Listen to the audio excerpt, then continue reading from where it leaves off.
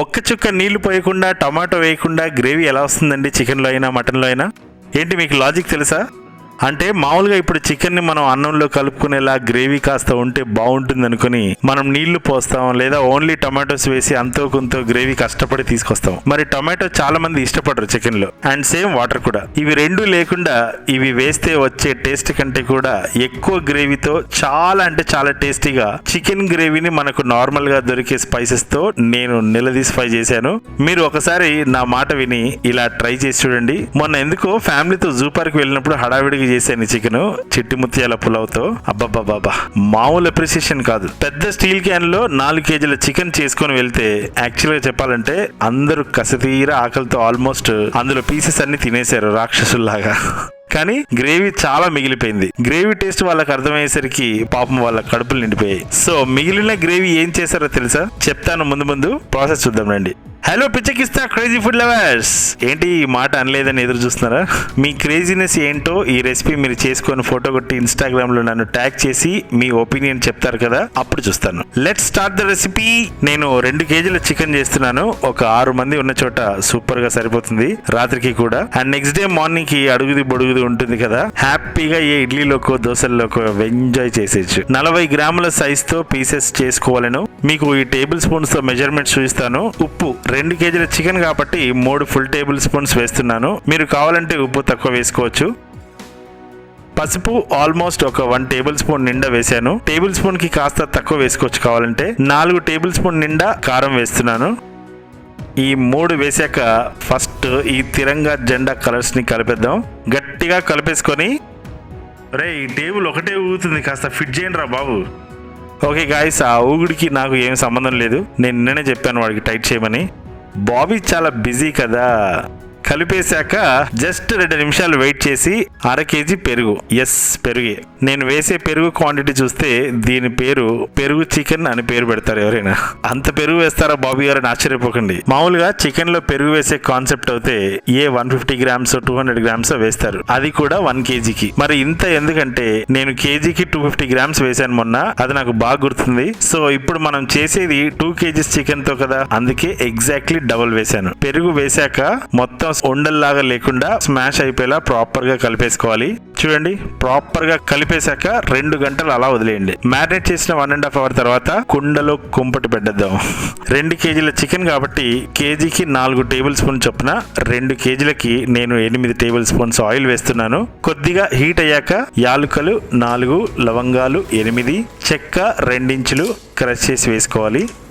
1 నిమిషం ఆయిల్లో ఫ్రై చేశాక 300 గ్రాములు ఇందాక కట్ చేసుకున్న ఉల్లిపాయలు వేస్తున్నాను. మీడియం ఫ్లేమ్లోనే దాదాపు 15 నిమిషాలు ఉడికిస్తే సూపర్ బ్రౌన్గా అవుతాయి. ఇప్పుడు 2 టేబుల్ స్పూన్ నిండా అల్లం వెల్లుల్లి పేస్ట్ వేస్తున్నాను. ఇది కూడా సూపర్ గా ఫ్రై అయ్యాక మ్యారినేట్ చేసిన పెరుగు చికెన్ ని ఈ కుండలో వేస్తున్నాను. అసలు ఉల్లిపాయలు నాన్ వెజ్ కాదు, అల్లం వెల్లుల్లి నాన్ వెజ్ కాదు, కానీ ఆ 2 కలిస్తే వచ్చే స్మెల్ ఎక్కడి నుంచి వస్తుందో తెలియదు, కానీ పిచ్చి లేపుతుంది నాకైతే.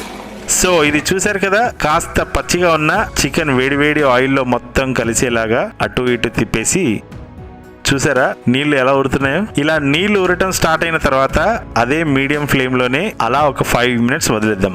ఈ లోపు చిన్న ఎండు కొబ్బరి తీసుకొని మంటకి కాస్త కాల్చి అన్ని వైపులా బాగానే కాలింది అనిపించాక కాస్త చల్లారాక చిన్న ముక్కలుగా కట్ చేసుకొని ఆ ఓమ్ క్రీమ్ ఐస్ క్రీమ్ చేసేసుకొని పక్కకు పెట్టేద్దాం. ఇది ఒక 5 మినిట్స్ బాగా ఫ్రై అయింది అంటే ఆల్మోస్ట్ పచ్చి స్మెల్ మొత్తం పోయి ఒకలాంటి కుక్కుడు స్మెల్ వచ్చేస్తుంది. సో మొత్తం ప్రాపర్గా కలిపేశాక ఇప్పుడు మూత పెట్టాలి. మీడియం ఫ్లేమ్లో దాన్ని ఒక 5 నిమిషాలు కుక్ అవుతే సగం గ్రేవీ నెమ్మదిగా చికెన్లో నుంచి ఊరాయి. చూడండి, ఇక్కడ మూత పెట్టడం అనేది చాలా ఇంపార్టెంట్, మిస్ అవ్వద్దు. ఒకవేళ మీరు కుండలో చేస్తే కనుక అస్సలు మూత పెట్టడం మిస్ అవ్వకండి, మాడిపోతుంది. మరొక 10 మినిట్స్ వరకు ఈ ఊరిన వాటర్లో చికెన్ ఉడికించేయాలి. లడుక్ పుడుక్ అని ఉడుకుతుంది కదా, ఆల్మోస్ట్ కుక్ అయిపోయినట్టే.